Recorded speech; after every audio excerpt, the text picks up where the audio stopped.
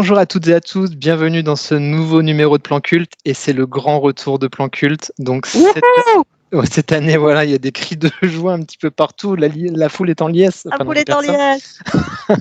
Donc bienvenue dans le retour de Plan Culte et c'est maintenant donc la saison 3, Evelyne.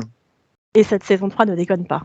Et cette saison 3, il y a des moyens. On a investi de malade, c'est un peu Plan Culte Warner Bros. Incorporation. Ah, les 15 € des Tipeee, là, ils sont bien investis, vous allez voir.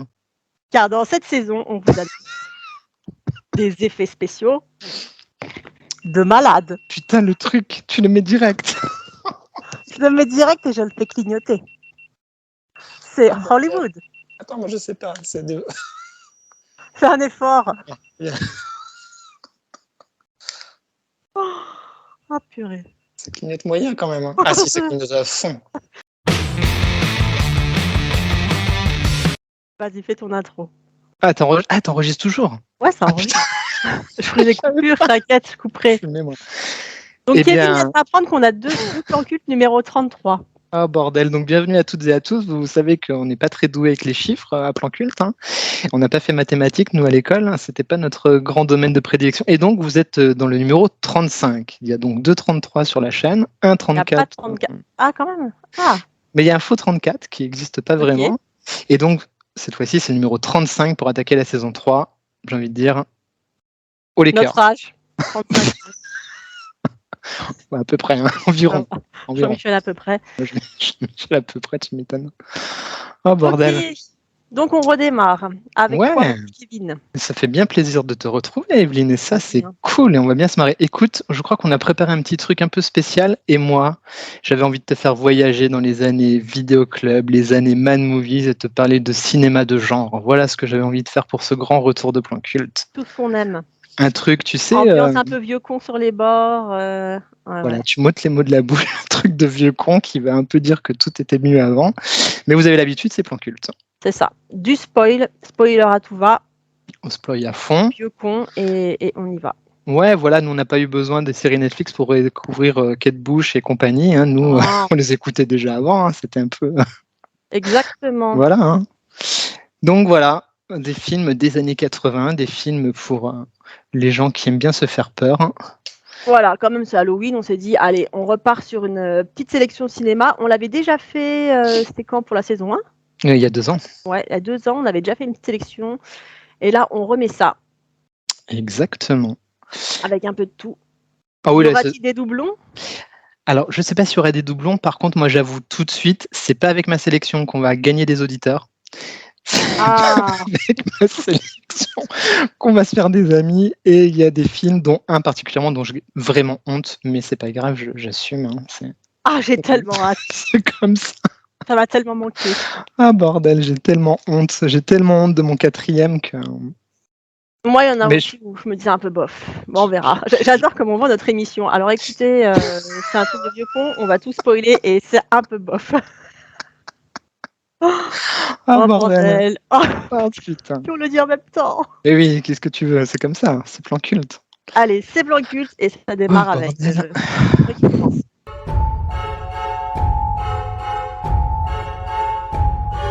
C'est moi qui commence? Ouais, démarre avec donc un petit top 5 films. Allez, je commence tout de suite avec les années Vidéoclub. Je vous emmène en 1985 et je vous emmène avec un film absolument culte. Et ça, t'as forcément vu, j'en suis certain. Ah ouais, 85, t'es allé chercher. Ouais, je suis allé chercher loin. Je suis allé chercher Reanimator. Oh, est-ce que je pouvais pas passer à côté? J'ai le DVD. T'as le DVD de Reanimator. En fait, je l'avais acheté pour le Plan Culte de l'année dernière. Hein. Sorti dans les collections Man Movies, ils sortent des petits films. Et oui, Reanimator, bordel de merde. Raconte-nous Reanimator, bien sûr que je m'en souviens. Ah bah oui, forcément. Reanimator, film culte de Vidéoclub. Donc c'est l'histoire d'Herbert West, un jeune étudiant en médecine qui a travaillé sur une petite formule. Alors on le voit, hein, c'est cette formule qui est dans cette seringue verte fluo.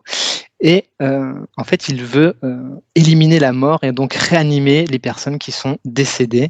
Voilà son lobby. Et il s'oppose à un vieux professeur scientifique avec qui ils ne sont pas d'accord. Il y en a qui dit non, la mort cérébrale, c'est 16 minutes, c'est fini. Et l'autre qui lui dit non, moi j'ai trouvé quelque chose pour réactiver tout ça. Et donc, voilà l'histoire de Reanimator qui tient sur un petit bout de papier. Et donc, après, c'est n'importe nawak. C'est ça. J'allais dire, comment il va nous expliquer Reanimator? C'est le bordel. En fait, c'est n'importe quoi. C'est n'importe quoi. Franchement, ce film, c'est absolument n'importe quoi. C'est du grand guignol comme on l'aime. C'est trash, c'est gore, c'est du gore érotico. Enfin voilà, c'est les années vidéoclub. C'est-à-dire qu'il n'y a pas de limite du tout dans Reanimator. C'est du film d'horreur généreux. Ah oui, mais tellement. On te met de tout, du sang, de l'hémoglobine, de la tripaille, de la rigolade, des défis en slip, on te donne tout. La totale. Avec une musique en plus. Alors quand j'ai remis le film, là, je l'ai rematé pour l'émission, la BO, elle est juste ultra angoissante. Tu mets les premières minutes du film, là, tu as une espèce de musique qui est absolument géniale. L'acteur qui joue West, avec cette tronche là, il est énorme, il surjoue tout le long du film. Oh là là, mais qu'est-ce que c'est jouissif, Reanimator. L'affiche était géniale. Oh, l'affiche de. Je l'avais dans ma chambre. Ah ouais? Ah mais oui, je t'ai déjà raconté ma chambre d'enfant. Ah non? Je l'ai pas déjà raconté dans un plan culte, ça? Ah peut-être. En fait, quand on était gosse, j'ai une sœur donc, et on avait une chambre pour deux. Donc c'était pas compliqué, il y avait 2 lits jumeaux et chacune avait droit à un mur. Et on faisait ce qu'on voulait de notre mur. Et à l'époque, ma sœur était fan des 3T. Tu sais, ouais. Michael Jackson, ouais, je vois bien. Donc elle avait mis des posters des 3T sur tout son mur. Et moi, j'étais à fond dans les films d'horreur. Et on avait, tu sais, un magazine télé qui s'appelait Télécassette. Ouais, je me souviens. Ah oui, des jaquettes dedans. Tu pouvais enregistrer des films à la télé et tu avais les jaquettes vidéo club pour organiser ta collection. Oui, oui. Moi, je découpais toutes les jaquettes de films d'horreur qui étaient donc comme ça. Et j'en avais des centaines et ça tapissait mon mur. Ah putain. Donc tu vois, c'était vraiment 2 salles, 2 ambiances. Ah oui, là, d'un côté, les boys bands d'à côté. Et ma soeur, elle tapait des crises. Maman, j'ai peur, il y a Chucky. Dis-lui d'enlever au moins la fiche de Chucky.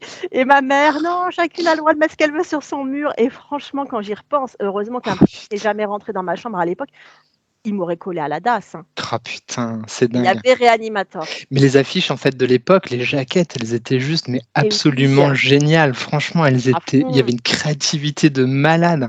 Et le film, il est comme ça, hein, tout le long, il y a plein d'idées mais complètement cons. Voilà, le médecin là complètement fou, t'as l'impression qu'il sort de je sais pas où là. Il fait flipper tout le long, il a une espèce de jeune acolyte qui l'aide là-dedans, tu sens que le mec il est complètement paumé, il se passe tout et n'importe quoi, il va réanimer un médecin il va lui couper la tête et l'autre il va lui faire un cunilingus à ça. Ah là là, c'est tellement n'importe quoi ce film. C'est ça. Mais ça passe. Ça passe. Ça passe. Ça passe bien. En fait, c'est gore et trash, mais c'est jamais vulgaire en fait. C'est vraiment, c'est tellement surjoué et presque caricatural. C'est mieux que tout ce qui est arrivé après, tout ce truc à base de torture, après où il y a eu les sauts, les machins. On va en parler. On va en parler, effectivement. On est dans une époque où on essaye de se marrer, quoi. On essaye de se marrer en montrant de l'horreur, en essayant de faire les plus gros effets spéciaux, en faisant les trucs les plus trash possibles, et tu sens qu'ils s'amusent comme des petits fous, quoi. Et donc, je te disais, je me suis fait des petits repères temporels là, pour qu'on puisse parler d'autres films en même temps que ces trucs-là.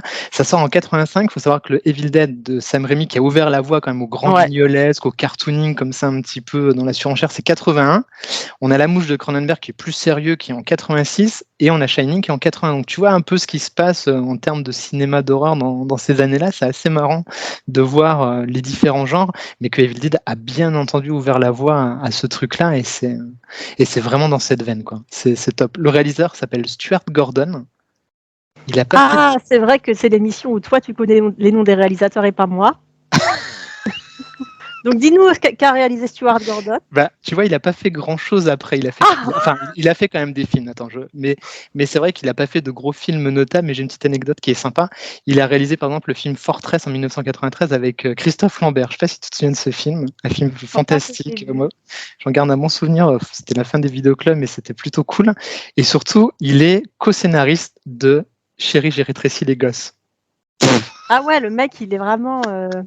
Un des Je plus me gros balade succès hétéroclite, quoi. Disney. Il touche à tout. Ah, mais trop bon, quoi. Franchement, la kiffance, quoi. Le mec, il fait réanimateur et il écrit en même temps Chérie, j'ai rétréci les Ouais. gosses. Ouais, Bah, pour pourquoi Disney, pas. parfait, tout va bien. Mais c'est ce qui est marrant, c'est que dans le cinéma américain et notamment dans le film de genre et d'exploitation, ce qui compte, c'est de faire du fric, en fait. Ah oui. C'est du business. Donc, balance tout, en gros, mets tout ce que tu peux, C'est et ça, puis vas-y, on donne tout. voit quand est-ce qu'on est censuré ou pas, et voilà, tant que ça fait du fric, fais ce que tu veux.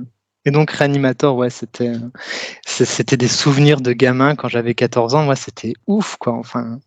Parce qu'à l'époque, tu le prenais un peu au sérieux quand même, hein. Tu étais ado, tu le prenais, tu rigolais, mais des fois, tu rigolais jaune quand même, hein. Ouais, On n'avait pas le ouais, même c'est vrai. recul, C'est vrai. sur tout ça. Bon, Donc bah voilà, cool. ouvre le bal avec Bon, un petit Reanimator. on n'a pas fait du tout les mêmes sélections. Bah, Bon, c'est si, en bien. même temps. Moi, je suis restée je démarre début des années 2000 et puis, Ah ouais. ouais, et puis tout doucement, j'avance. Parce que je me rappelle que sur la précédente émission où on avait parlé de films d'horreur, justement, j'étais partie plus sur des vieux trucs. C'est vrai. Et dont un film Disney qui était assez incroyable d'ailleurs. Dont La Foire des Ténèbres. Je n'oublierai jamais ce film. Ah, tu m'as donné envie de le revoir. Et que j'ai vu du coup suite à Ah, t'as Plan vu ça? Culte. Dont un film Disney. Donc, La Incroyable. magie de plan culte. Donc là, j'arrive avec un film pas foufou. Mais c'est quand même putain, la lèche rousse, mais pourquoi Il n'y a plus il recommence d'auditeurs. cette Il n'y a plus émission? d'éditeurs. Déjà, elle a remis le casque militaire. On a Il est perdu nos pas derniers foufou, mais auditeurs. il a fait son petit effet quand il est sorti.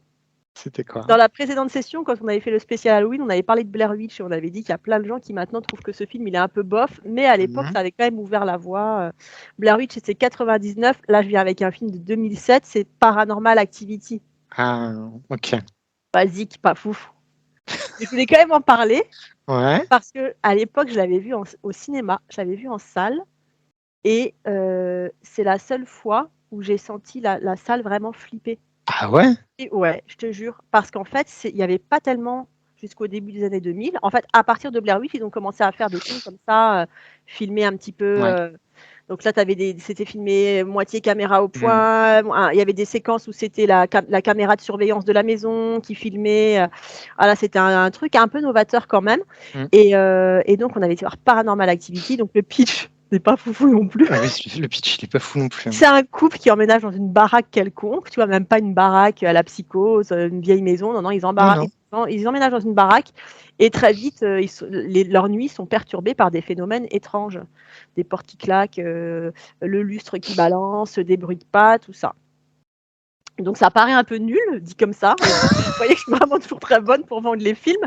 Mais Putain. à l'époque, ça avait super bien marché. Et je me dis que si tu montres ça à des ados un peu froussards, ça pourrait encore marcher. Parce qu'en fait, ça vient appuyer sur nos terreurs nocturnes collectives, on va dire.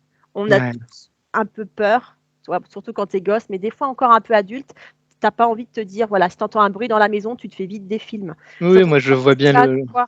ouais, le Moi, genre dans le bruit du placard. Nous, des fois, on a dans le placard de la chambre, on a un espèce de petit bruit là. Et c'est voilà, vrai que. tu te fais vite des films. Et puis en plus, dans Paranormal Activity, ça va crescendo. Au début, c'est des petits trucs. Et puis après, on commence à voir des traces de pas dans la maison. Et donc, je me rappelle que ça avait bien marché à l'époque parce que ça venait appuyer là-dessus, sur tous ces petits trucs qui nous font flipper un peu à l'unanimité la nuit. Et quand je l'ai vu, ça je m'en rappellerai toujours parce que j'étais avec un pote et derrière nous, il y avait toute une banque de mecs des cités qui faisaient un peu les voyous comme ça, tu sais, qui enlevaient les chaussures, qui mettaient les pieds sur les sièges, qui faisaient voler les pop-corn, machin, qui parlaient fort. Et le film démarre et on a senti le moment où derrière, tu sais, même les mecs là, ils commençaient à avoir un peu le Ah ouais. trouvé zéro et on les entendait. Oh mec, ça fout les jetons quand même. Et c'était excellent. Et c'est vrai qu'on avait senti quand même cette ambiance. Quand on est sorti de là, tu sentais les moments où on flippe tous en même temps, quoi. Bon, en plus, il y avait un côté screamer quand même. Tu as les portes qui claquent, tout le monde sursaute. Voilà. Donc, je pense qu'il a très mal vieilli. Quoique, cette émission. il est comme moi, il a très mal vieilli. Si j'ai bonne mémoire, ils ont fait un tas de suites derrière, Ouais. Paranormal Activity 2, 3, 4, 72, C'est enfin, je sais ça. pas combien on a. J'ai pas regardé les autres, mais voilà, je voulais mettre dans le top parce qu'à l'époque, il faisait son petit effet et je pense que ouais, il est sans prétention, mais il y a moyen qu'il colle un petit peu les miquettes. Si tu regardes ça le soir, c'est un peu comme quand tu regardes Ghost Adventures sur le câble. Qu'est-ce que c'est ça? Tu regardes pas ça. Qu'est-ce que c'est? Arrête, mais tu kifferais trop. Comment tu dis? Ghost Adventure? Alors, tu le veux avec l'accent ou pas? Ghost Adventures.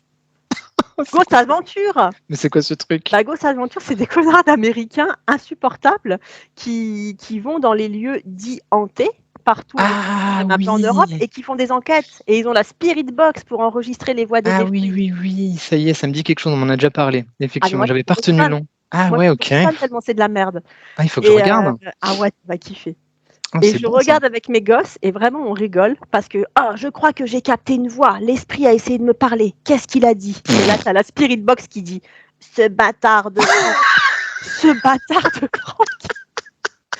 Donc on regarde pour rigoler. Ah, c'est bon. Mais quand même, tu vois, t'as bien rigolé, tu Ouais. fais la gueule des bonhommes, tu dis oh c'est bon, on n'entend rien. Oui. Mais quand même, le soir, après, quand tu vas te coucher, Il reste un doute. t'as un peu les fouettes quand même, ouais, parce que tu te dis ah ouais quand même. Donc Paranormal Activity, c'est un peu comme ça. Mais c'est rigolo que tu parles de Paranormal Activity, parce que moi j'allais en parler tout à la fin, donc c'est pas mon top 5, hein, attention, c'est pas mais en fait, si tu veux, Paranormal Activity, ce qui est marrant, donc déjà il a été survendu en communication. Hein. Il y avait une campagne marketing qui était absolument hallucinante sur ce film, le film qui fait le plus peur, le film qui fait le plus peur, nanana. Donc ça, c'est des grosses techniques marketing qu'il y avait dans les Grindhouse dans les années 60-70.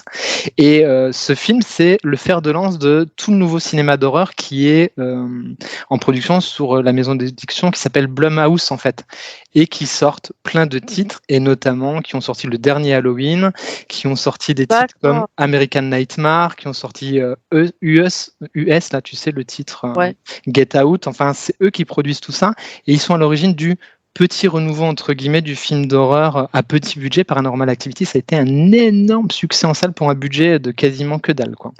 Mais c'est vrai que je me rappelle qu'ils avaient vraiment fait une campagne de com. Ah ouais, un truc de malade. Hein. Et notamment le trailer, c'était pas que des images du film, c'était des images du film et du public dans la salle. Exactement, c'est ça. Tu voyais les réactions des gens dans la salle.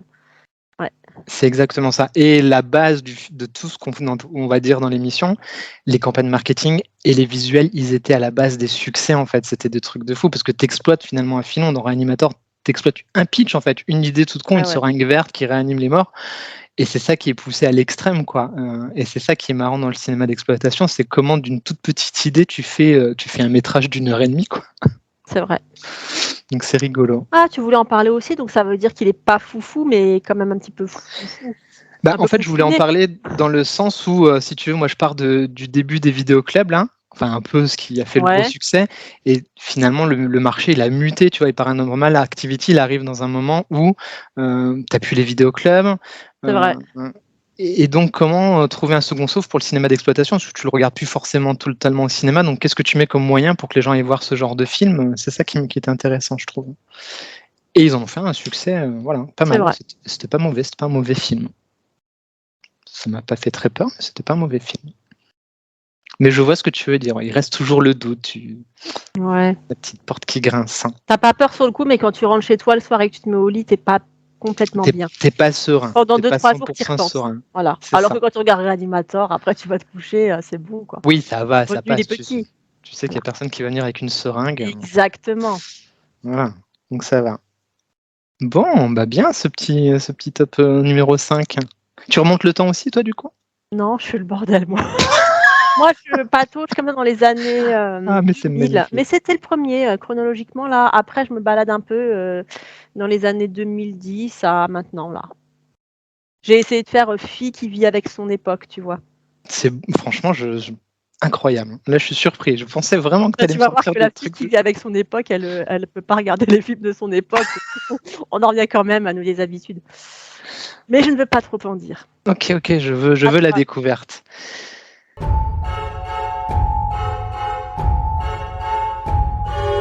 Donc là, j'ai un peu honte.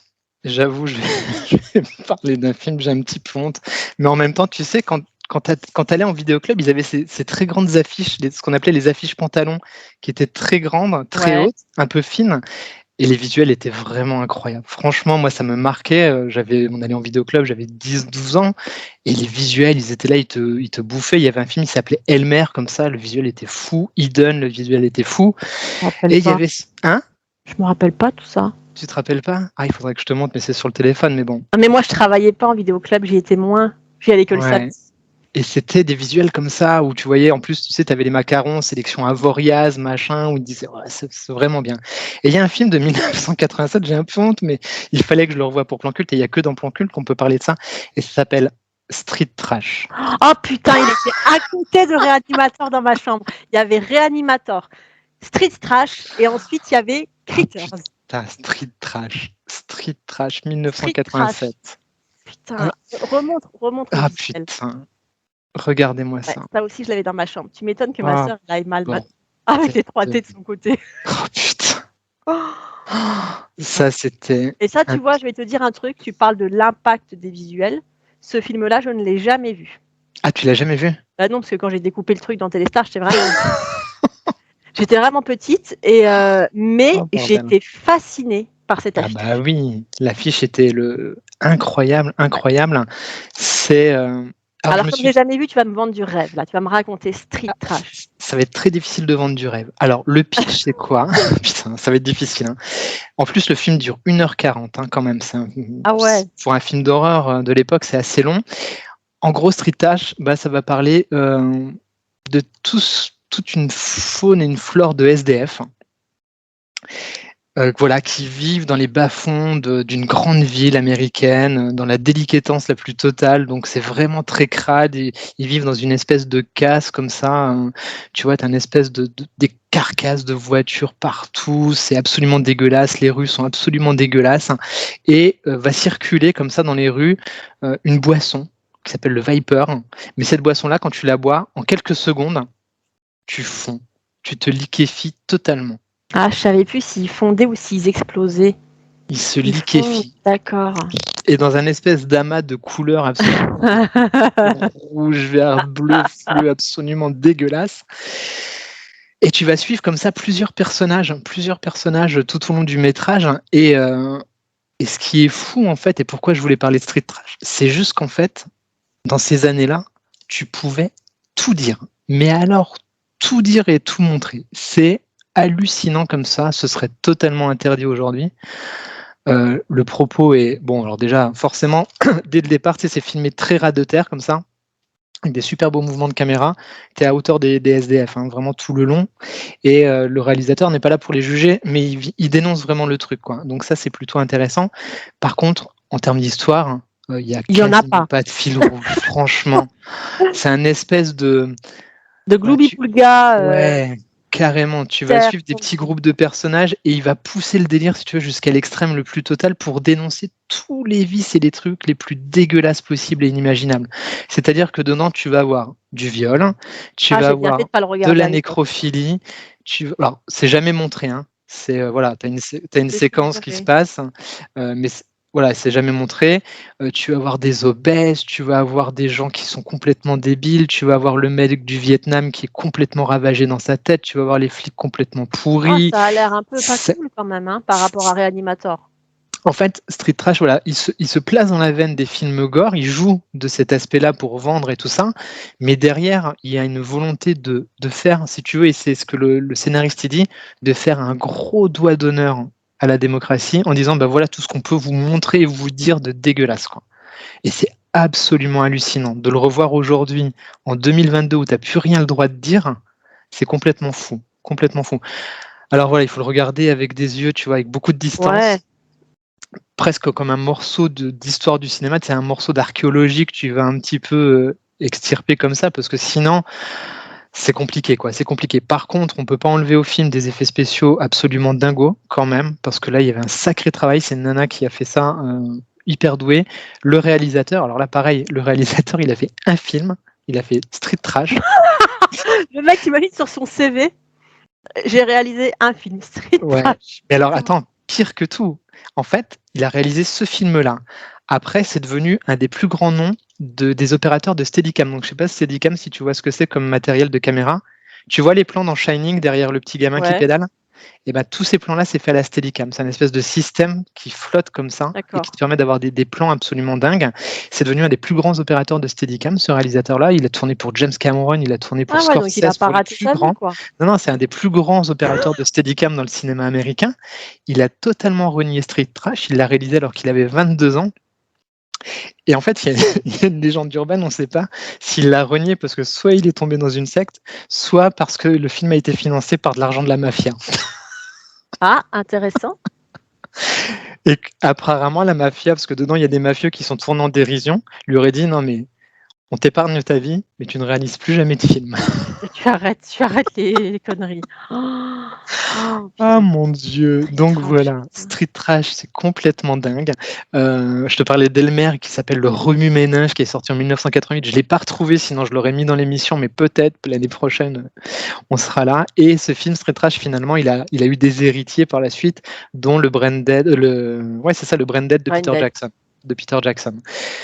Donc voilà, c'est surtout un espèce de gros doigt d'honneur, ce Street Trash, et le regarder en 2022, je peux te dire que ça fait bizarre, hein, parce que vraiment, avec tu sais, tu regardes la VF en plus, t'as l'impression de regarder un film porno, en fait, les dialogues sont pourris, les voix Ouais, françaises non, je sont ne regarderai pas. Tu vois, dégueulasses, je suis bien fait de franchement. le regarder à l'époque et d'avoir que le poster dans ma chambre. Ah bordel, c'est incroyable, Street Trash, c'est incroyable. Mais j'en ai un peu honte quand même, j'avoue, j'en ai un petit peu honte.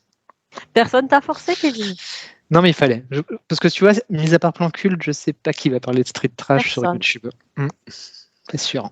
Alors que, tu vois, moi, pour remonter le niveau, Ah oui, j'espère. je vais venir avec quelque chose de beaucoup plus consensuel. Alors je vais boire avant que je crache parce que je sens que j'ai rien. En fait, si tu veux, toi, donc tu nous fais une espèce de petite rétrospective chronologique comme ça. Oui. Moi, j'ai essayé de chercher 5 films qui sont intéressants par un certain aspect. Cool. Et là, j'arrive avec un film que tout le monde connaît et que je trouve intéressant parce que ce film est assez vite devenu culte, alors que, et ce sera vraiment la phrase de la soirée, il n'est pas foufou. Oh putain. J'annonce 2014. On a les meilleurs films. Les films pas foufou. Et... Non, mais ça, c'est intéressant. Il y a des films ça, qui deviennent super cultes. Bah oui. Mister Babadook. Ah, je l'ai pas vu. Arrête. Mais il paraît que c'est non, il paraît que c'est génial. Mais Merde. c'est ça qui est bien, c'est que je ne peux pas dire ce que j'en pense. Par certains côtés, je trouve ça génial. Ouais. Et puis des fois, je me dis arrête, c'est quand même pas foufou, ma grande. Merde. Voilà. Mais c'était le film d'horreur culte de ma fille, donc je me suis dit ah tiens, on va parler de Mister Babadook. Ah ouais, mais apparemment c'était dingue quoi. Ouais, et tu vois, ça a été vachement repris par des pop stars, Billie Eilish, qui est superstar mondiale, elle arrête pas de dire que c'est son film préféré devant l'éternel. Donc Mister Babadook, l'histoire pas faux folle et la suivante. C'est l'histoire d'une mère célibataire, enfin veuve, pas célibataire, veuve, qui élève toute seule son gosse, et le gosse est un môme hyperactif, complètement ingérable, qui passe son temps à faire des conneries, à s'agiter, à blesser les autres gosses sans le vouloir. Donc, tu vois, c'est pas un môme démoniaque, juste un môme ingérable. Donc, elle se démène déjà, tu vois, sans intrusion extérieure, sans éléments fantastiques, sa vie, c'est déjà bien de la merde. Et là, arrive entre ses mains, son gosse lui amène un livre qui s'appelle Mister Babadook, donc un livre pour enfants, qui raconte l'histoire de Mister Babadook, qui est un espèce de croque-mitaine très effrayant, un grand bonhomme effrayant comme ça avec un chapeau. Ouais, je vois bien le visuel, j'ai bien le visuel en tête. Ouais. Je vois bien. Et donc, ils lisent cette histoire, et à partir du moment où le livre Mister Babadook entre dans leur vie, tout va partir en vrille. Le gamin va commencer à être harcelé par une présence invisible que la mère ne voit pas, et il lui dit c'est Mister Babadook, c'est Mister Babadook. Et bref, après on va dans un truc crescendo où ils sont littéralement harcelés par Babadook et où ensuite leurs vies sont en danger et où ils vont devoir combattre cette espèce de croque-mitaine issue d'un conte. Ok. Classique. Classique. En plus, c'est du cinéma asiatique, hein, si je dis pas de bêtises. Non, ah non, je crois pas. Babadook, non. Je croyais. Non. Non, je dis peut-être des conneries. Américain en fait, si tu veux, sur ce film-là, j'ai des tels a priori que c'est pour, tu sais, le visuel, je sais pas, j'ai un doute et j'y suis jamais allé. Voilà, tu vois, j'ai des a priori à la con. Alors moi, ce que j'adore, tu vois, c'est pour ça que je n'arrive pas à dire ce que j'en pense, c'est des trucs que je trouve géniaux. Visuellement, je trouve que c'est génial. Ouais. Parce que y a limite un truc à la Tim Burton, tu as l'intrusion dans le réel de ce personnage de papier et du coup, la forme qu'il prend quand il apparaît, tu vois, c'est un truc à mi-chemin comme ça entre la 2D, papier, l'illustration enfant et le bonhomme terrifiant. Donc je trouve que visuellement, en termes d'ambiance et tout, c'est hyper maîtrisé. Après, je trouve que franchement, l'actrice, la mère dépressive, t'as envie de lui foutre des tartes dans la gueule. C'est dur de jouer la mère dépressive bien. Souvent, t'as envie de dire mais ta gueule, mais... Ah ouais, franchement, tu as envie... Oh, Samuel, arrête tes bêtises. T'as vraiment envie de la tuer. Et puis en plus, le scénar, tu te dis, mais vous vous foutez de notre gueule. Le gosse trouve ce livre, la mère, tu sais, moi franchement, si je me mets au lit ce soir et que ma gosse arrive avec un livre super flippant, avec un personnage pop-up démoniaque qui sort des pages comme ça, et donc Tu dans le le... film, elle lui dit où l'as-tu trouvé? Et Samuel répond sur l'étagère, et elle se pose pas plus de questions. Ah oui, pas de souci. Ok, tu vois, c'est genre tu trouves un truc satanique comme ça, ton gosse te le donne, tu l'ouvres. Je trouve que le scénario il est pas génial. Ce que j'aime bien aussi, c'est qu'il y a une fin totalement what the fuck. Ah. Moi j'aime bien les fins what the fuck. Hmm. Tu peux spoiler? Ah bah oui, de toute façon, j'aurais oublié, moi, Allez. d'ici là, tu sais, j'oublie tout, moi. Donc ils vont se battre contre Mister Babadook. On vous prévient, spoiler, si vous voulez regarder ce film, arrêtez tout là.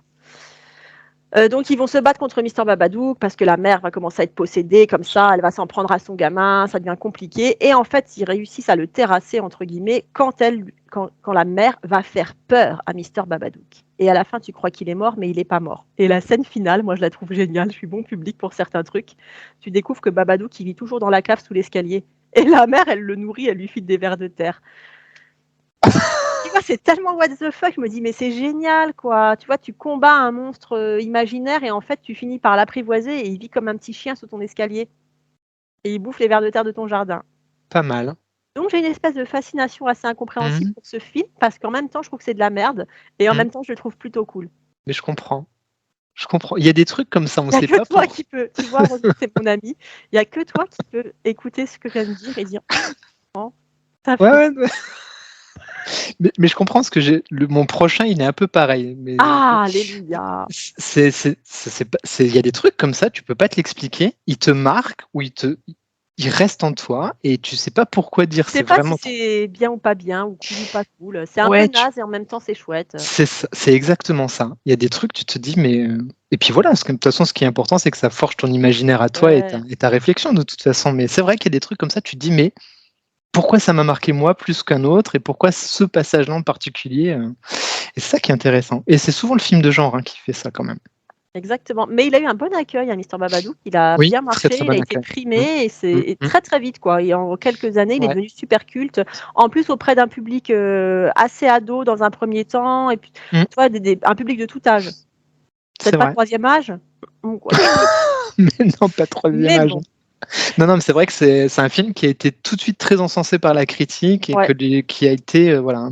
Et souvent, moi, j'y vais pas. Alors, je fais un peu mon vieux quand je dis ah tout le monde dit que c'est bien, c'est que ça doit être pourri. Ah ben moi j'ai mis Je du vois temps, pas hein. Je l'ai mon vu il y a pas emmerde. longtemps, hein. Je l'ai vu il y a pas un an, alors que tu vois, il est quand même sorti en 2014. J'ai pris le temps pour y aller aussi quoi. Ouais.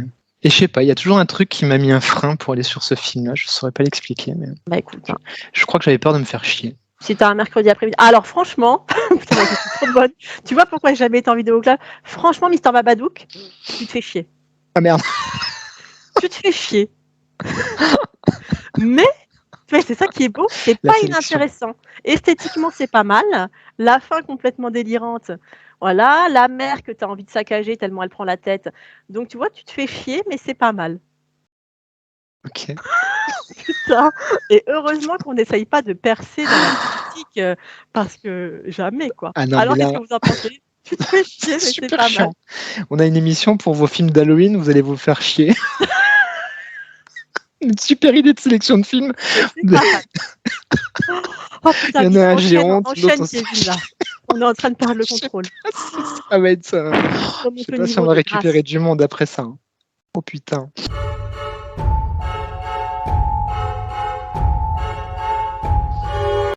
Ah, alors, tu sais que j'ai un réalisateur fétiche et tout le monde, je pense qu'ils nous suivent depuis le début, savent que j'ai un réalisateur fou. J'aurais pu mettre plein de films très bien de John Carpenter, qui est quand même un des maîtres de l'horreur. Ah, je croyais que tu allais dire Cronenberg.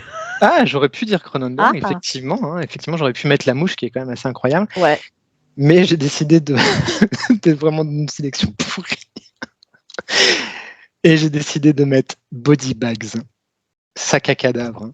Putain, je l'ai pas vu, Kevin. Oh putain. Non seulement je l'ai pas vu, mais celui-là, je l'avais pas en affiche dans ma chambre. Alors, Je suis probablement parce vierge de ce film. Ah, tu es totalement vierge de ce film. Ouais. Sûrement parce qu'il est sorti plus tard. Il est sorti en 1993 et on est à un tournant dans l'industrie du film d'horreur. Body Bags, en fait, c'est pas un vrai long métrage. Ça devait être le pilote d'une série télé.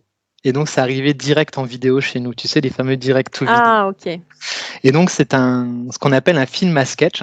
Du coup, c'est considéré comme un film à sketch où tu as 3 segments dans le film, 2 réalisés par mon chouchou John Carpenter et 1 réalisé par Tobe Hooper. Je ne sais pas si la France, c'est un pays où le film à sketch marche très très bien. Ça marche jamais et nulle part en fait. Nulle part. Ah, c'est intéressant, ça doit te poser la question. Parce qu'il y a des trucs très propres à la France. Ouais. Par exemple, en littérature, la nouvelle. Il y a des pays où ça marche beaucoup. Les Américains adorent lire des nouvelles. Anglo-saxons, en France, ça ne marche pas du tout. Donc, je me posais la question pour ce genre-là. Est-ce que c'est propre à nous ou est-ce que non. on déteste Le film à sketch, généralement, c'est un flop généralement. Okay. Très souvent, là, tu sais que... un bon enchaînement après moi, tu nous parles d'un film que tout le monde déteste. Ah mon Dieu, donc Body Bags. À l'origine, c'est censé être une série télé. Du coup, ce ne sera pas reconduit parce que 1993, bref, je vais revenir après dessus. Ça n'empêche qu'il y a donc 3 sortes de courts-métrages, enfin moyens-métrages, dont 2 réalisés par Carpenter qui sont absolument top. Un où il va revisiter un petit peu Halloween, mais ça va se passer, tu sais, dans une station-service au bord d'une petite route. Il y a un tueur qui rôde. Tu vois, ce genre de pitch très slasher. Et du coup, Carpenter s'amuse à refaire un petit peu Halloween en mode court-métrage, bien dynamique, avec la petite jeune étudiante qui vient pour sa première nuit de boulot et qui va être harcelée par des mecs qui vont venir mettre le plein de leur voiture. Enfin, je te laisse imaginer les séquences un petit peu sympas. J'en spoil pas trop parce que ça dure pas très longtemps. T'as Sam Raimi qui vient faire un petit coucou dans le rôle d'un mort. Il y a Wes Craven. Enfin, tu vois, t'as quelques grands noms de l'horreur comme ça qui sont là. C'est très bien réalisé comme d'habitude. Une chouette musique de Carpenter. Donc, ça marche très bien. Deuxième segment du film, toujours réalisé par Carpenter, que j'adore. C'est un film, en fait, c'est vraiment sur le rapport qu'on a à l'image. C'est l'histoire d'un mec qui perd ses cheveux, un peu comme moi, tu vois. Et... mais il en fait une vraie obsession. Et Carpenter s'amuse de tout ça avec ce gars qui perd ses cheveux, qui veut absolument retrouver des cheveux. Et donc, il va jusqu'à se dessiner des cheveux sur le crâne. Il va chez le coiffeur et il voit un espèce de chien avec des longs poils. Il est presque à fantasmer devant le chien qui a des longs poils. Et il va chez... ouais, c'est un truc de fou. Il voit une pub télé où quelqu'un vante les mérites d'une nouvelle technologie pour faire repousser les cheveux. Et là, donc, il va Franchement, en fait, je t'écoute parler. Oui. Et c'est incroyable.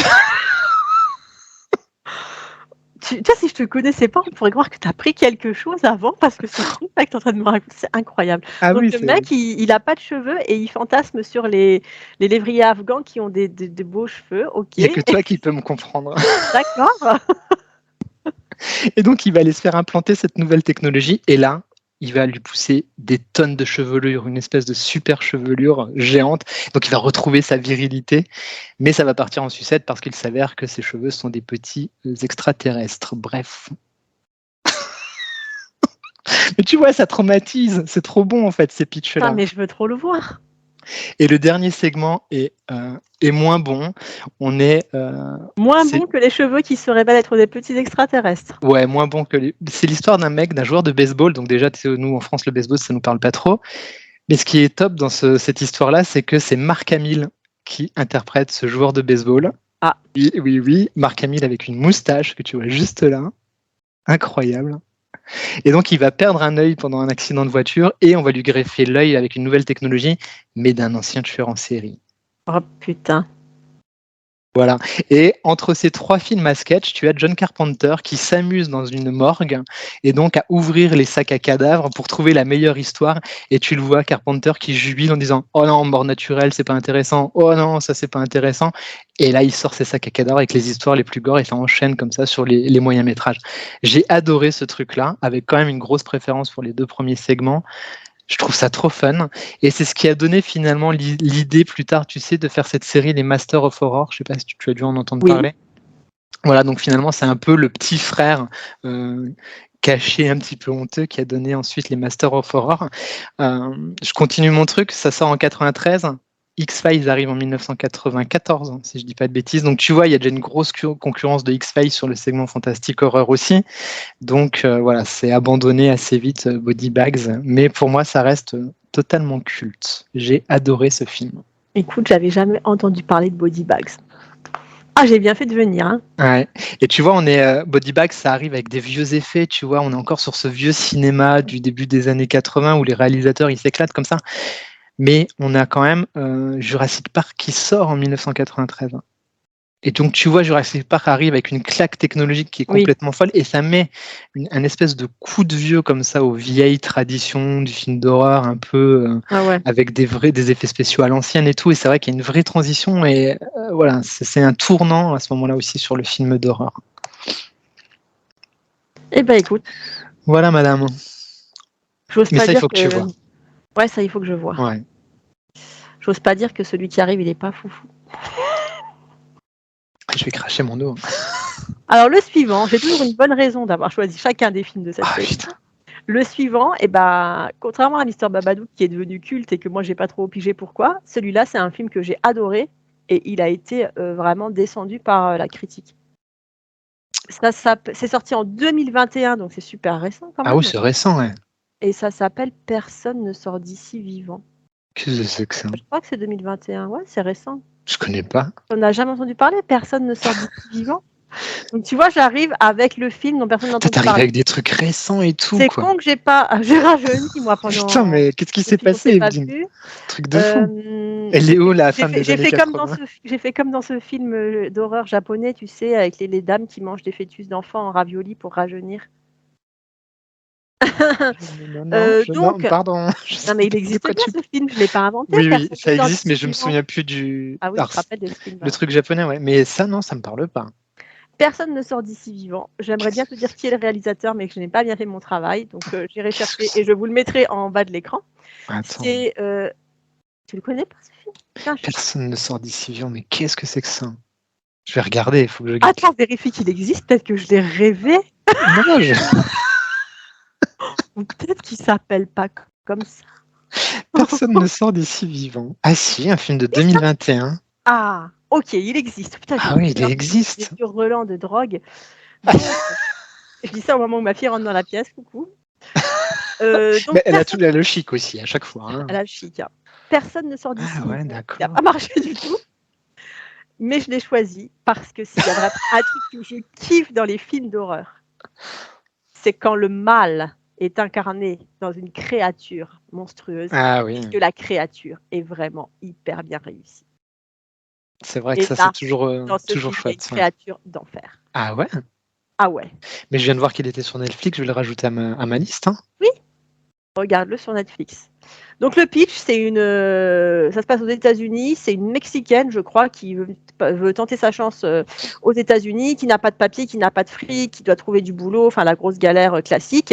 Et elle trouve un logement dans une espèce de très vieille baraque où le logeur n'accepte que les femmes. Voilà, c'est une maison de femmes, soi-disant pour leur tranquillité, on loge que des femmes. Okay. La maison est franchement maison hantée de Disneyland en pire. Tu te dis vraiment, même en étant pauvre, qui pourrait vouloir loger là-dedans ? Faut pas déconner quand même.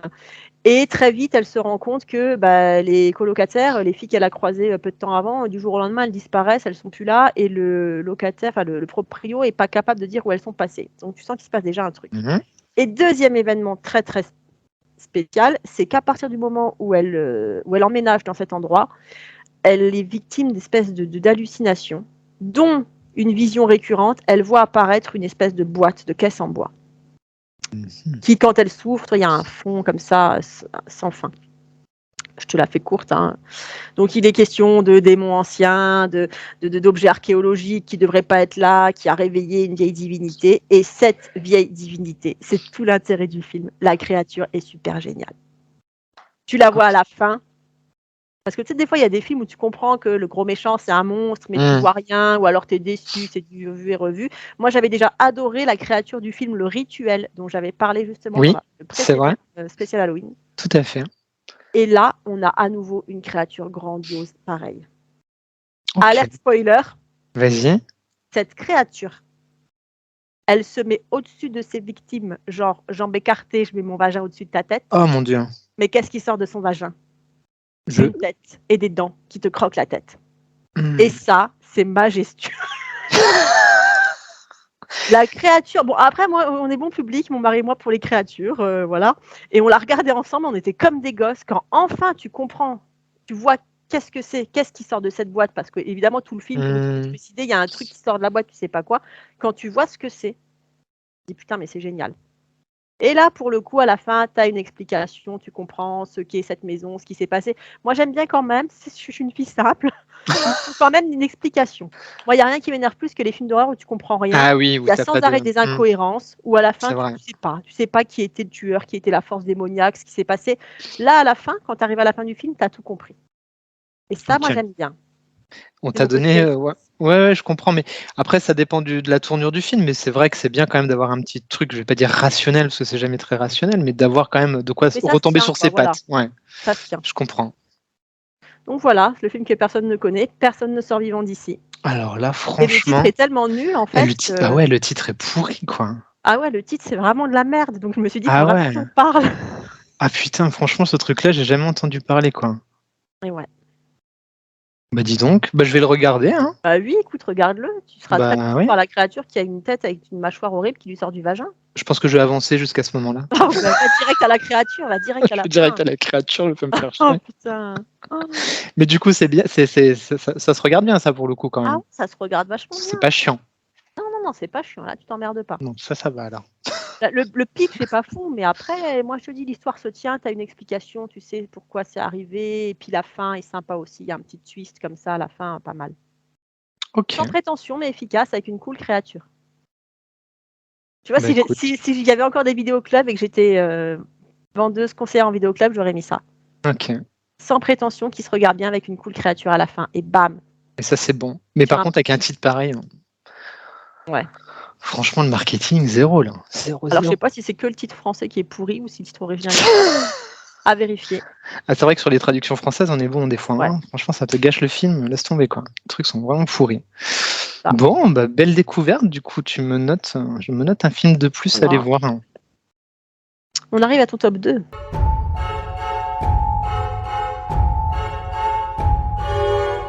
On arrive à mon top 2. Et effectivement, je passe dans les années 2000. Ah. J'arrête les trucs de trop vieux cons. On est en 2003 et ça s'appelle La Maison des Mille Morts de Rob Zombie. J'ai détesté ce film.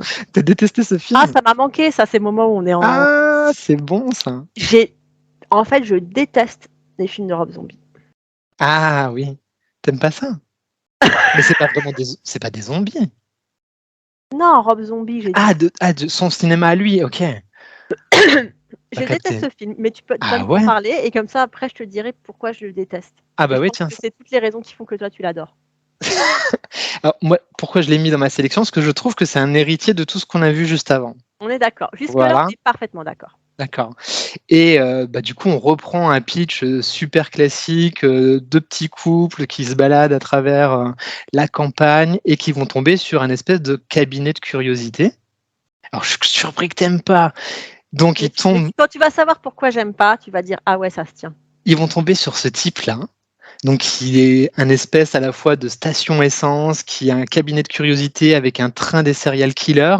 Donc déjà, le truc un peu fou. On a deux gars qui sont un peu des nerds, mais un peu relous. Le mec qui surjoue un petit peu son côté j'aime les nanas. Les deux nanas qui sont un peu des potiches.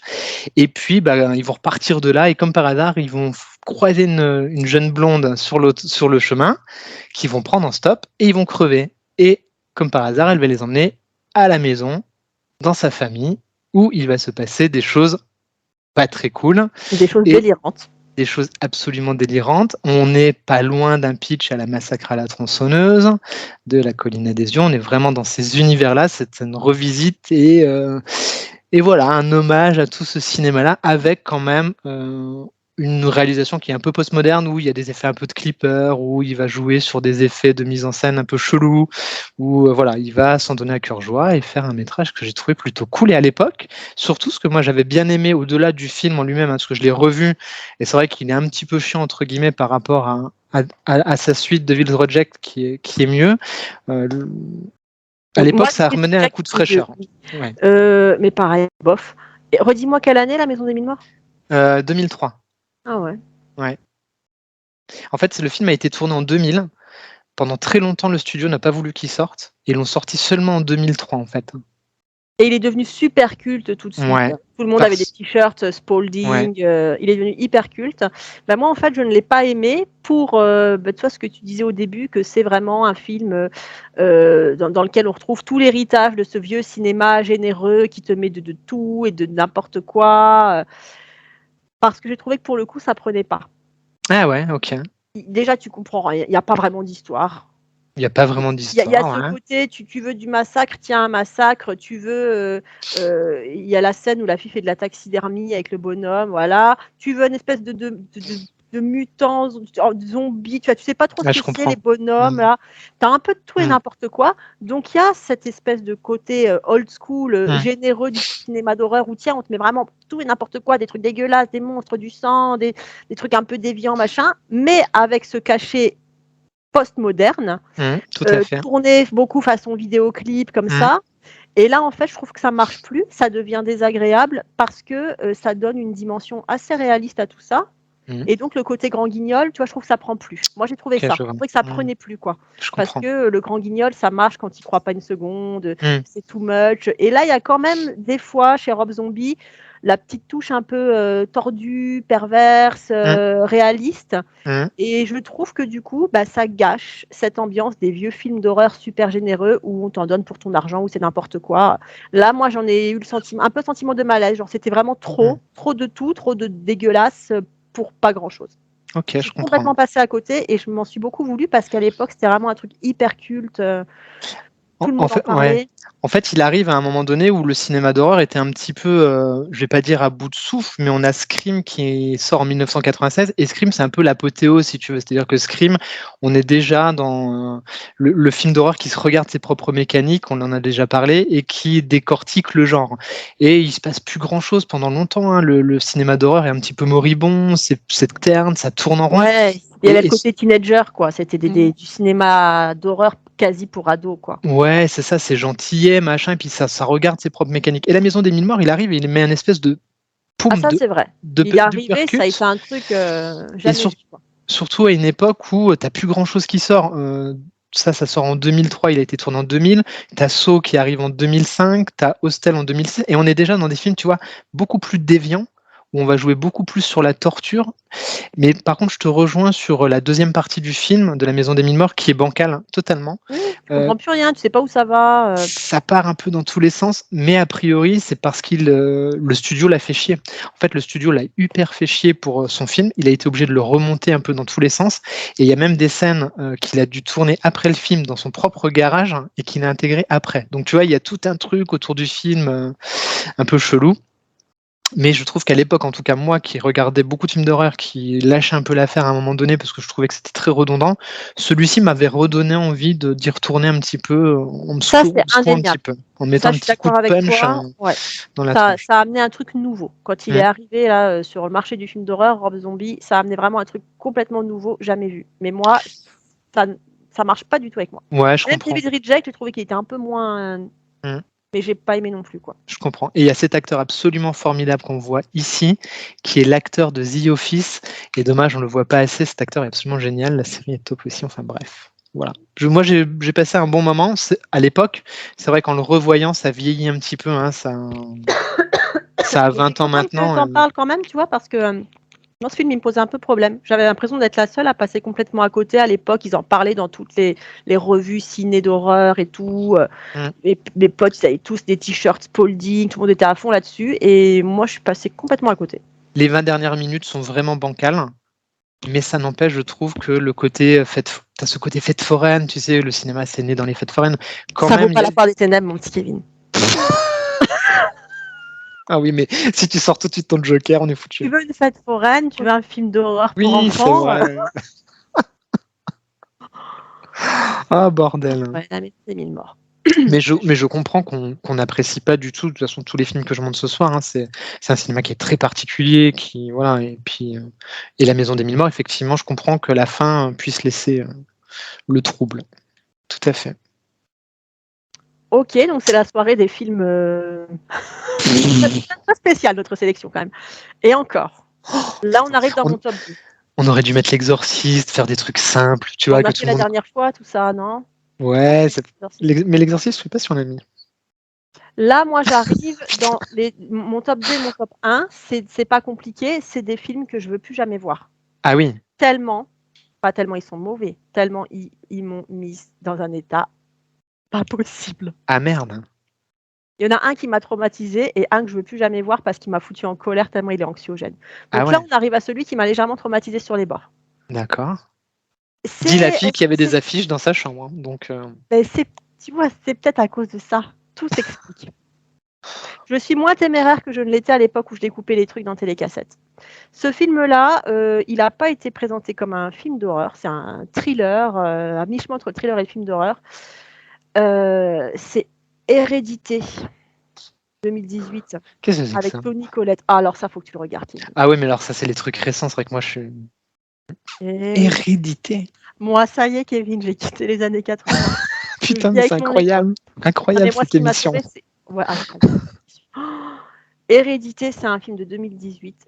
Putain, je ne note jamais le nom des réalisateurs. Moi, c'est comme si on n'avait rien à foutre des réalisateurs, alors que pourtant, je les respecte. Il me faudrait une assistante, là, tu sais, qui me fasse un petit café. Qui te fasse les petites fiches Bristol. Et en même temps, qui tape sur Google, parce que moi, j'ai plus de batterie, pour nous dire qui est le réalisateur. Attends, je vais regarder. Vas-y. Hérédité. Déroule. Hérédité 2018, avec Toni Collette dans le rôle principal. Et cette actrice qui a vraiment une drôle de tronche, Milly Shapiro. Ah, je vais mettre des photos au montage pour que je suis en train de regarder. Hérédité. Ah oui, Oh putain, la gamine. Ah, tu vois, on dirait qu'elle a une drôle de tronche. Oh, c'est quoi? Même à l'état normal, sans la mettre dans un film d'horreur, elle te fout les jetons. Ah, c'est clair. Ari Aster. Je connais pas. Et Hérédité, au départ, c'est une espèce de drame, presque un thriller, un drame familial. On va suivre une famille. Donc la mère est miniaturiste. Moi, j'ai une fascination pour les trucs miniatures. Les gens qui nous suivent disent cette femme a beaucoup de fascination étrange. J'adore les trucs miniatures. Ah, moi, j'aime bien aussi les mini-pousses, tout ça. Voilà. Et donc, c'est son boulot. Elle est miniaturiste. Et elle va même plus loin. Elle reconstitue un peu l'histoire familiale. Si tu veux, ces miniatures, c'est un peu sa thérapie. Elle va fouiller, tu vois, des trucs qu'elle a mal vécu avec sa mère quand elle était plus jeune, et elle va en faire une petite séquence. Oh, c'est déjà super chelou, ça. C'est super chelou.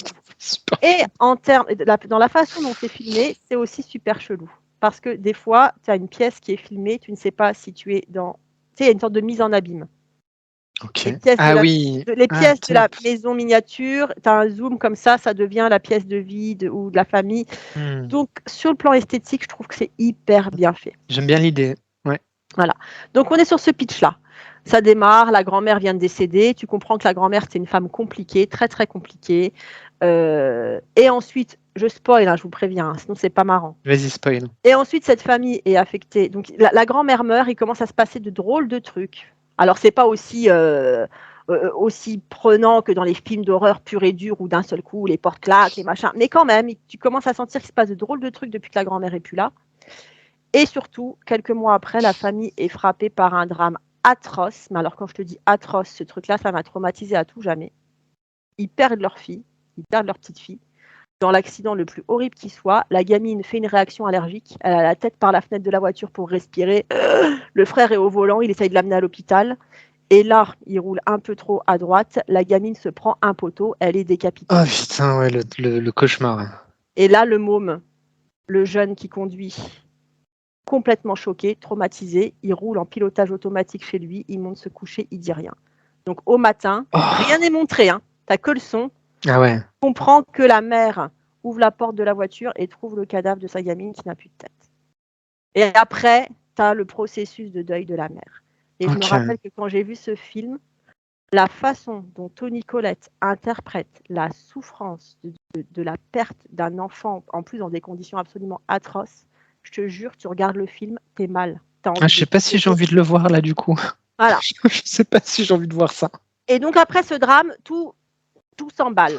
La mère est approchée par une femme qui dit qu'elle peut communiquer avec les morts, qu'elle peut, voilà. Tu comprends que la grand-mère, non seulement elle était toxique, mais qu'en plus elle trempait dans des trucs occultes et que ça explique beaucoup de choses. Et après, crescendo, crescendo, crescendo.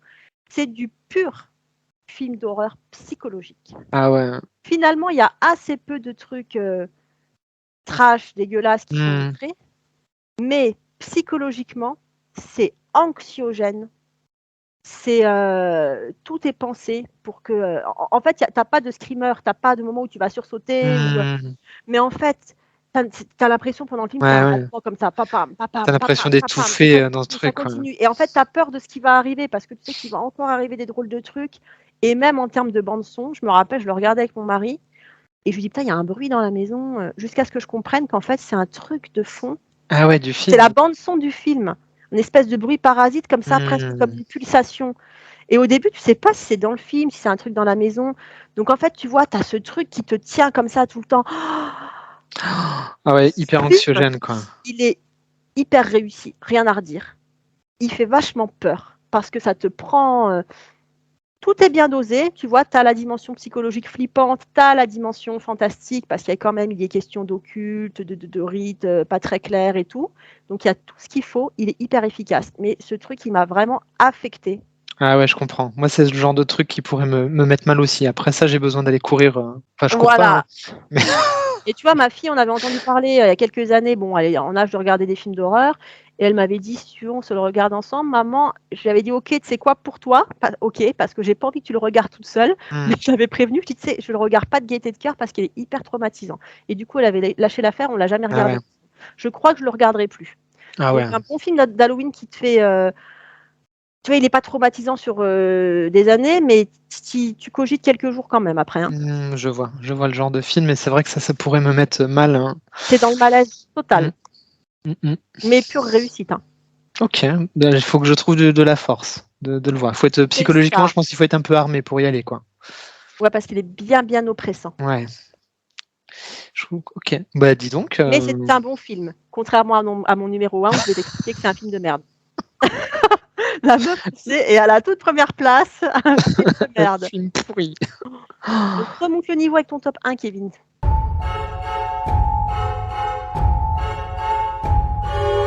Ah bah là, je pense que on est dans l'hommage là. On est dans quelque chose qui va te faire plaisir. On est en 2007.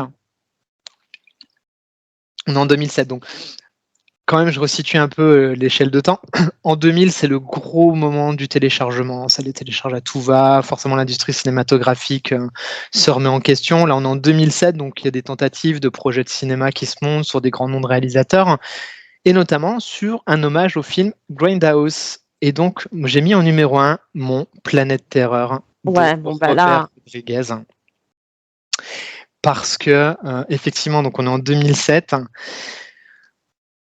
Et Tarantino a envie de faire un film d'horreur, rendre hommage au cinéma de quartier, au cinéma de genre et au cinéma d'exploitation. Alors, savoir le cinéma d'exploitation, c'est-à-dire que ce qu'on disait tout à l'heure, tu prends un pitch, quel que soit le pitch, hein, tu le pousses à l'extrême, si c'est de l'érotisme.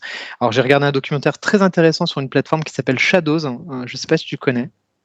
C'est comme Netflix, mais c'est spécialisé dans les films d'horreur. Donc, tu as une sélection qui est beaucoup plus courte, mais par contre, c'est très, très bien fourni pour le cinéma d'horreur. Et donc, qui explique tout ce phénomène des grindhouse aux États-Unis, ces cinémas plus ou moins de quartier, entre guillemets, qui diffusaient des trucs. C'est-à-dire que ça pouvait même aller jusque dans les années 60 à des films sur l'accouchement, tu vois, pour montrer au public ce que c'était un accouchement, et c'était diffusé dans des petits cinémas de quartier. Bref, Tarantino décide de faire un hommage à ce cinéma-là, à ce cinéma de genre. Et il embarque son copain Robert Rodriguez dans l'aventure, hein. Ils sont très très amis dans la vie, ils ont déjà fait Une nuit en enfer ensemble, et ils décident de faire donc un film qui serait deux films. Tarantino en réalise un, Rodriguez en réalise un deuxième, et chacun va rendre hommage à un genre en particulier. Tarantino, ça va être le slasher, et Rodriguez, ça va être le film de zombies. Et donc, ils réalisent Planète Terreur à la sauce de ces films des années 70 en leur rendant hommage. Le pitch tient sur une ligne, donc un scientifique a un sérum un peu chelou, il fait une transaction avec des militaires, dont un militaire qui est incarné par Bruce Willis, il décide de se rendre compte qu'ils sont en train de s'arnaquer les uns les autres, il fait tout péter, le virus diffuse dans l'air et tout le monde devient des zombies, et comment un groupe de résistants essaye de combattre la menace zombie, patin, poufin, et on est parti du grand n'importe quoi pendant 1h30, et c'est juste ultra bien réalisé, c'est jouissif de bout en bout, avec des idées complètement dingues. Voilà. Planète Terreur, c'est mon top 1. On remonte le temps et c'était vraiment une excellente surprise, ce Planète Terreur. C'était vraiment trop bien, c'était du bon divertissement horreur. Exactement, ça se prend pas la tête, ça te met, tu veux de l'action, tu veux des belles nanas, avec des idées complètement dingues. C'est une nana qui se fait amputer la jambe, mais on lui met une mitraillette qui va défarouiller à tout va.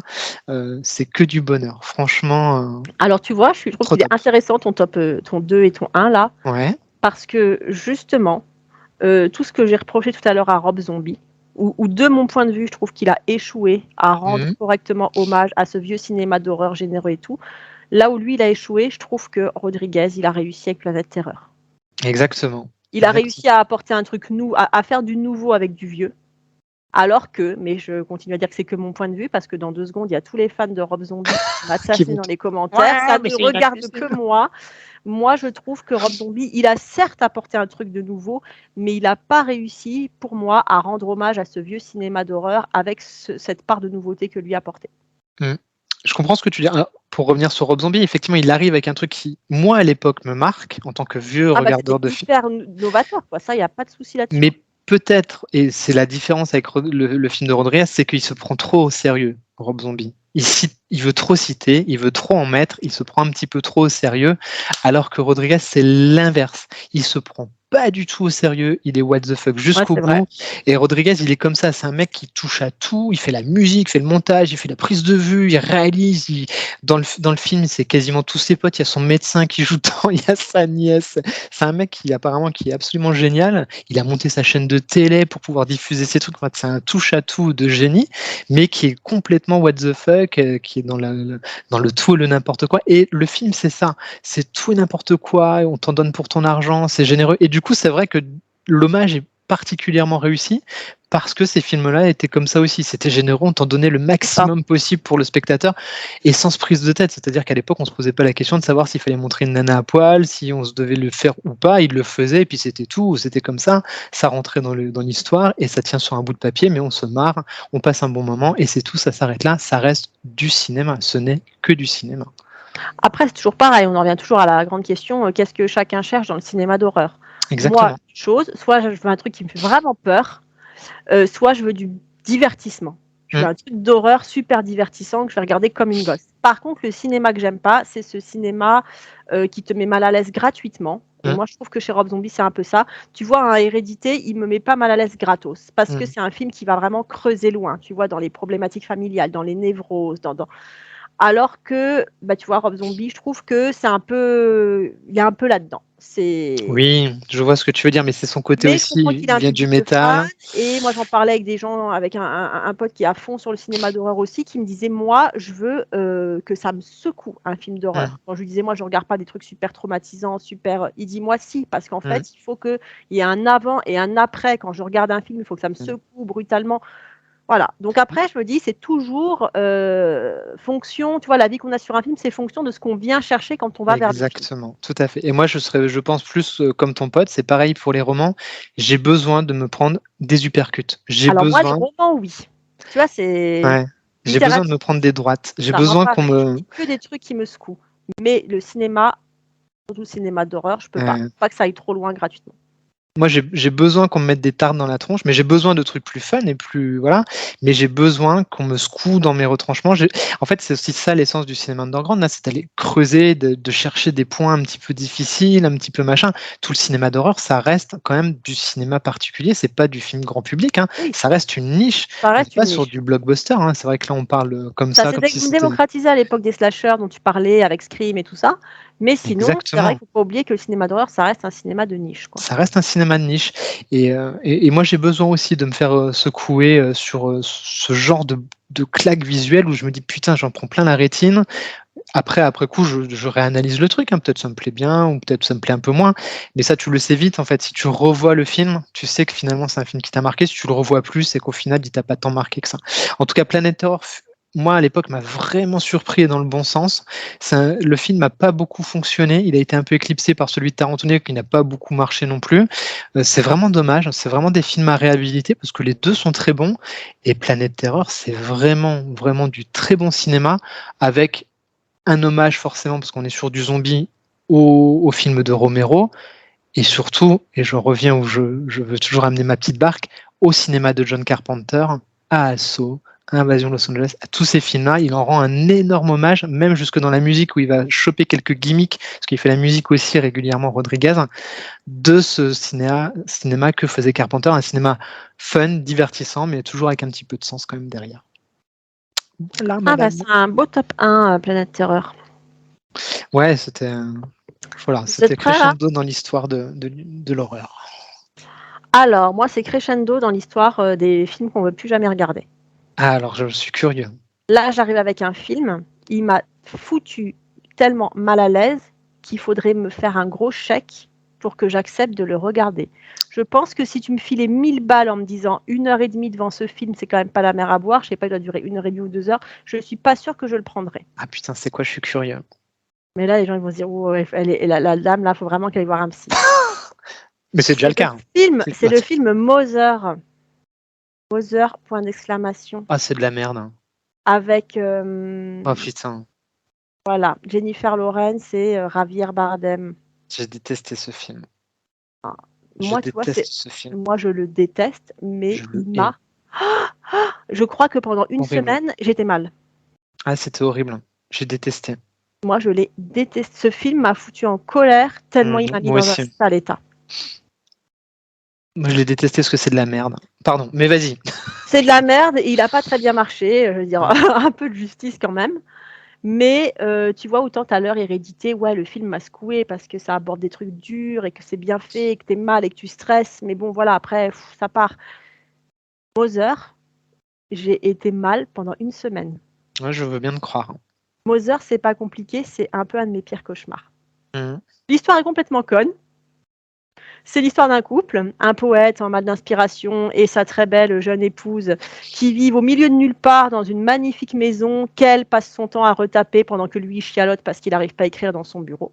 Et un beau jour, un inconnu frappe à la porte et voilà, comme par hasard, c'est un fan de ce poète. Le poète le laisse entrer, l'accueille, l'héberge. Et puis le lendemain, l'épouse arrive, l'épouse de cet inconnu, allez-y, entrez. Et puis ensuite, les fils, et puis bref, je vous la fais courte, mais de minute en minute, donc de jour en jour ou d'heure en heure dans le film, des inconnus se présentent à la porte de cette maison où vit ce couple avec cette jeune femme qui après, on apprend qu'elle est enceinte, et ils rentrent. Et ils prennent possession du lieu. En fait, ils se comportent un peu comme des intrus, des parasites. Imaginez, dans votre maison, d'un seul coup, des gens se mettent à toquer à la porte, à rentrer et à faire comme s'ils étaient chez eux. Donc au début, c'est un peu bizarre. Après, ça devient stressant parce que les gens se mettent à dégrader les choses en faisant pas attention. Après, ils volent des objets, ils fouillent partout. T'imagines, tu as des gens qui viennent chez toi comme ça, tu les connais pas, ils commencent à ouvrir tes tiroirs, à fouiller, à aller dans ta chambre, à aller dans ta salle de bain. Et 10 personnes, 20 personnes, 30 personnes, jusqu'à ce que ça devienne une espèce, même pas une espèce, jusqu'à ce que ça devienne le chaos total. Donc après, les gens se mettent à repeindre les murs et la fille est en panique. Qu'est-ce que vous faites? Bah rien, je repeins les murs de votre maison. Donc ça, déjà, pour moi, c'était trop. Parce que moi, si tu veux, c'est mon pire cauchemar. Moi, c'est une de mes hantises. Je n'aime pas me sentir envahie chez moi. C'est pour ça que je ne reçois pas beaucoup de gens. Ouais, c'est pareil. Estime-toi heureux que je te paye une raclette une fois par an. On ne reçoit pas beaucoup de gens, que des gens qu'on connaît très bien. Je n'aime pas, toi, j'aime pas faire des grosses fêtes avec du monde chez moi et tout, parce que justement, ça, pour moi, c'est un stress ultime. Les gens qui rentrent dans ton intimité, qui vont dans ta chambre, qui ouvrent les tiroirs de ta salle de bain, c'est un truc que je vis hyper mal. Pareil. Là, dans le film, c'est exacerbé. Et puis après, ça part en vrille, ça devient complètement chaotique. La maison est envahie, il y a des milliers de personnes. Ça devient une espèce de secte. Le poète devient l'espèce de gourou adulé de tous. La fille met au monde le bébé et son enfant, enfermé dans une chambre parce qu'elle a peur de la foule en dehors. Le père prend l'enfant, l'amène à cette foule de tarés qui fracasse et démembre le bébé pour après bouffer ses viscères ou répandre ses viscères, je sais plus, c'est un truc atroce. Et la fille, après, elle finit par descendre de sa chambre pour essayer de s'en sortir. Elle se fait littéralement lyncher. C'est d'une violence totale. Et puis à la fin, tu as un semblant d'explication sur le pourquoi du comment. Et cette explication, c'est de la merde en barre. Et tu te dis que tu t'es infligé ça. Je crois qu'il dure pas loin de 2 heures le film. Oui. Et pendant 2 heures, juste, t'es mal. quand ça part en chaos, t'as tout, t'as des gens qui en butent d'autres à bout portant. En fait, pour moi, c'est une idée de l'enfer. L'idée de l'enfer, selon moi, c'est ce film. T'as des femmes qui sont enfermées, qui sont malmenées par des bonhommes. T'as de tout, quoi. T'as tout le plus dégueulasse. Il m'a mis très en colère, ce film. Ouais, pareil parce que c'est Darren Aronofsky qui réalise, et je suis fan de Aronofsky depuis Pi, depuis ses tout premiers films, c'est Requiem for a Dream. On sait que c'est un Moi, Requiem for a Dream, il m'avait déjà foutu en colère, pareil. C'est un réalisateur qui est costaud, mais ce film-là, donc pour toutes les raisons que tu dis, pareil, il te met mal. Et en fait, le réalisateur s'amuse à te mettre mal. Il prend tout ce qu'il peut faire pour te mettre mal. Et en fait, c'est creux, c'est-à-dire que c'est vide. C'est pour moi, ça manque totalement. Il n'y a rien. Voilà, il n'y a pas d'enjeu. Ça manque totalement d'inspiration au final. Et la conclusion est absolument merdique. Et elle est absurde. Absurde. Et c'est comme s'il te faisait un gros doigt d'honneur en te disant « Je t'ai bien eu quand même, je t'ai bien niqué. » Ouais, c'est vrai. Tout ça pour rien, quoi. Et je suis sorti de là, je me suis dit « Mais c'est pas possible d'infliger ça à un spectateur. » Je veux dire, à un moment donné, donne du sens. Enfin, à un moment donné, que ce soit dans la mise en fait, rien n'a de sens. C'est-à-dire que pourtant, c'est un très bon réalisateur. Black Swan, c'est top. Black Swan, il te met mal, mais ça a du sens. Black Swan, c'est génial. C'est psychologique. Pareil, tu sors de Black Swan, tu mets une semaine à t'en remettre tellement c'est bien foutu. Là, t'es mal, mais on t'a rien donné pour te nourrir ton cerveau. On t'a juste mis mal et on a pris plaisir à te mettre mal. Et je suis très en colère contre ce film également. C'est vraiment de la merde. Ah bah, je suis contente. Je me croyais seule. En plus, on est raccord sur notre final. Ça, ah ouais, on est raccord. Mais toujours, des fois, j'y pense. Je dis là, on me foutrait des bifetons sous le nez en me disant allez, c'est bon, tu regardes Mother et je te file 1000 balles. Je crois que je les prends pas. Et Dieu sait que je suis à découvert.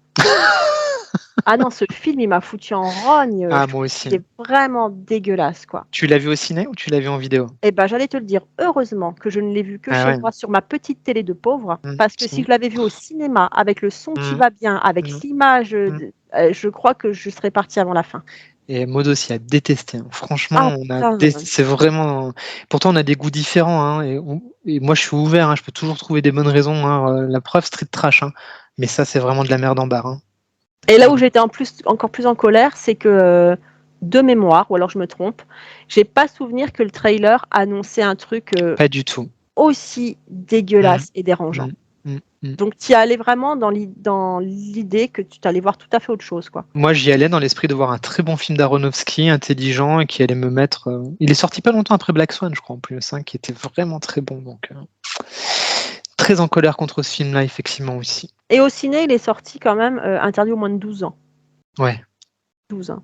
12 Après, le passage télé, ils ont quand même monté à 16. Ouais, ça m'étonne pas. Moi, à 40 balais, il m'a retourné. Voilà, quoi. Je suis d'accord.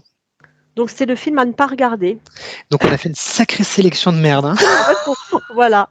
Oh, putain. Alors, moi, c'est le seul qui n'est pas à regarder. Les autres que j'ai cités. Oui. Voilà.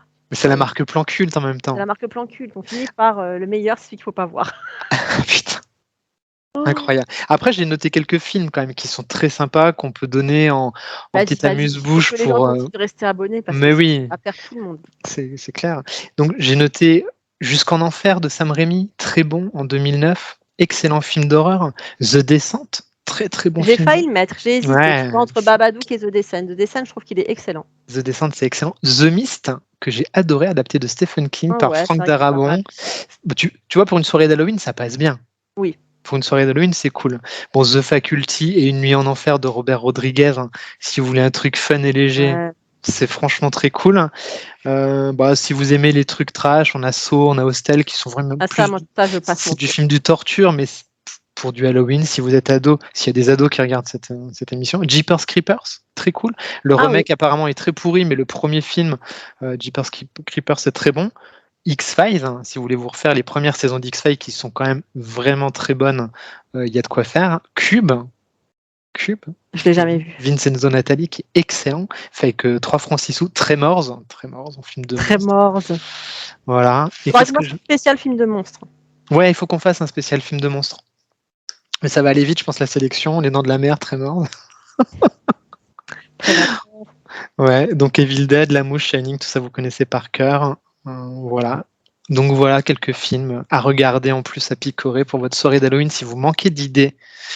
Voilà, l'essentiel c'est que vous saurez qu'il ne faut pas regarder Mother. Ah ouais, regardez pas Mozart, vous infligez pas ça. Hein. Ou alors, s'il y a des gens qui aiment, dites-nous pourquoi, parce que je suis curieux de savoir pourquoi si c'est Ouais, c'est bien, vrai. pourquoi c'est Tu bien. sais que moi, après l'avoir digéré, ce film, je me suis quand même tapé justement les critiques sur Internet. Je voulais Ah ouais? trouver des gens qui avaient aimé pour essayer de comprendre pourquoi.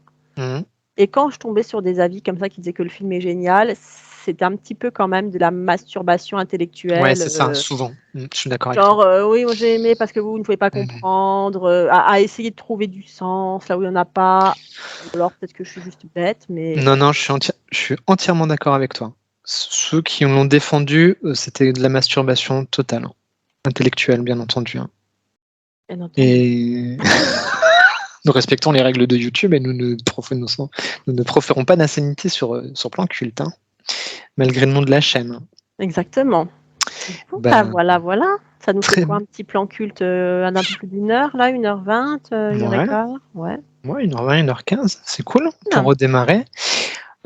Du coup, tu veux, je fais un truc, tu coupes au montage, on fait quoi, une conclusion, je remercie, au revoir. Hein.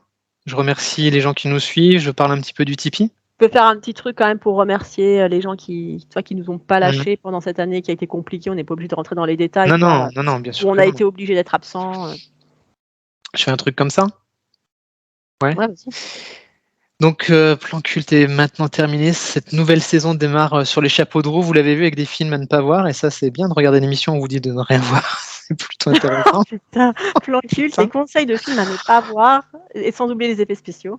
Et effets spéciaux de très très grande qualité, effectivement, hein, avec des masques American Nightmare. Hein, on remercie notre tipeuse en chef, ma femme, pour le coup, qui nous procure des effets spéciaux de grande qualité. C'est vrai ça. Plan culte, une émission sponsorisée par ta femme. C'est Voilà. déjà mon mari qui nous avait sponsorisé pour qu'on ait un logiciel de montage. Et maintenant, c'est ta femme qui nous sponsorise pour les effets spéciaux. C'est incroyable. C'est incroyable. Il croit en nous. Putain, ouais. C'est ça Heureusement qui est qu'il y beau. en a qui croient en nous. Ouais. Et donc, on remercie toutes les personnes qui ne nous ont pas lâchés durant cette saison 2 qui a été chaotique et où vous avez eu moins d'épisodes parce que la vie, des fois, nous fait des petites surprises qu'on n'aime pas trop. Donc, on a été obligé de s'absenter. Merci d'être restés fidèles à Plan Culte parce que vous avez toujours été aussi nombreux à regarder l'émission et donc ça nous fait énormément plaisir. La saison 3 revient pour de vrai cette fois-ci avec une régularité qui sera plus constante, on l'espère, ça devrait être plutôt pas mal. Et donc n'oubliez pas, si vous voulez qu'on reste une émission indépendante, vous avez un Tipeee, si vous voulez nous soutenir, votre argent sera investi dans des choses de grande qualité, hein, des masques en plastique qui viennent de Chine, donc ça c'est quand même plutôt intéressant, mais surtout des chroniques totalement indépendantes et des émissions à thème. Non, mais c'est ça. Le Tipeee, ça nous aide vraiment à acheter nos propres lectures pour pas finir comme tous ces chroniqueurs qui sont complètement coincés par les services presse, les chroniques obligatoires, les deals avec telle ou telle maison d'édition et qui du coup sont plus du tout libres de dire que c'est de la merde alors que nous, voilà. Et puis, si à terme on arrive à avoir assez de tipeurs, je pense qu'on achètera peut-être un petit peu de matos pour Tu avoir veux une dire que je meilleure devrais qualité. renoncer au casque de gaming de mon enfant avec l'imprimé militaire? Et Quel moins un dommage. ordinateur qui, si je le touche à peine, Putain, va ouais. casser. Et peut-être un peu de communication pour se faire connaître, je ne sais pas. En tout cas, Peut-être une petite lampe par-ci par-là. ouais, au lieu de piquer celle de ma femme de la chambre. Ça. Peut-être un jour. Chaque chose en son Peut-être temps. un jour. En tout cas, merci à toutes et à tous de rester fidèles à Plan Culte, ça nous touche beaucoup. Et du coup, on va mettre les bouchées doubles pour vous proposer des émissions de grande qualité. Évidemment. Des choses à pas dire, surtout. Évidemment. Bientôt le top 5 des films à ne pas regarder. Ah bah ça serait une bonne idée, tu Ah, vois. ça serait une bonne Le idée. top 5 des films à ne pas regarder. Mais t'as déjà mis Mother aussi. T'as déjà Ah bah là, j'ai mis l'ultime. mis la totale, quoi. Ah, bon, bah écoute, Bordel. on va arrêter l'enregistrement et puis on va parler Yes. des futurs plans cultes. Ah, À bientôt. à bientôt. Bonne soirée ou bonne journée.